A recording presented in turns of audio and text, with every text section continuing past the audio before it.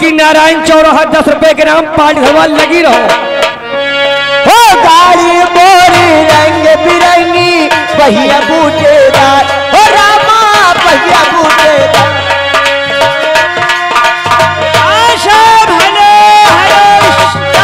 पहिया बूटेदार, हो रामा पहिया बूटेदार। और बैठने वाली छैल चबीली,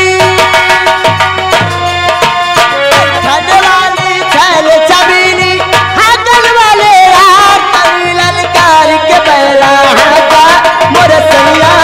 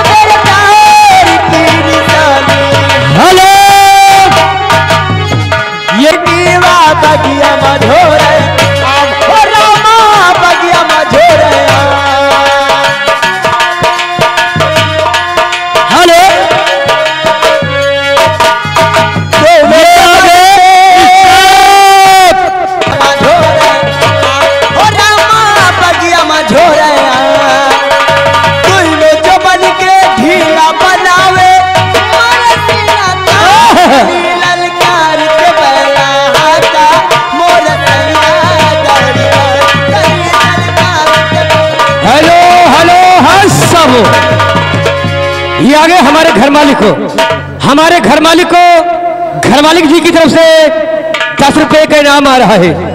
उनका कहना है कि हमारे मंच के यार बगल जो लोग खड़े हुए हैं या जो सामने खड़े हुए हैं या बीच में कोई अगर हल्लामक करने की कोशिश करता है, हेलो हेलो, कृपया आप सब लोग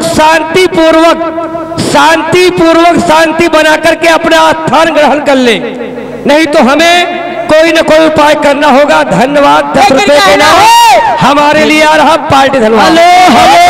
हमने खाया है मोहब्बत में, हमने देखा बार बार खाया है मोहब्बत में, हमने देखा बार बार खाया है मोहब्बत में, हमने देखा मोहब्बत में, हमने खाया है। और जिसको मैंने दिल से चाहा उसने दिल दुखाया है, जिसको मैंने दिल से चाहा लाई तू नाता देखिया धागा कलाई, ले आवा देवरू दर्द के दवाई, तू नाता देखिया धागा कलाई, ले आवा देवरू दर्द की दवाई। डगरिया चपा के ककरी भाई बाका मरिया लफा के, ककरी भाई बाका मरिया लफा के, ककरी भाई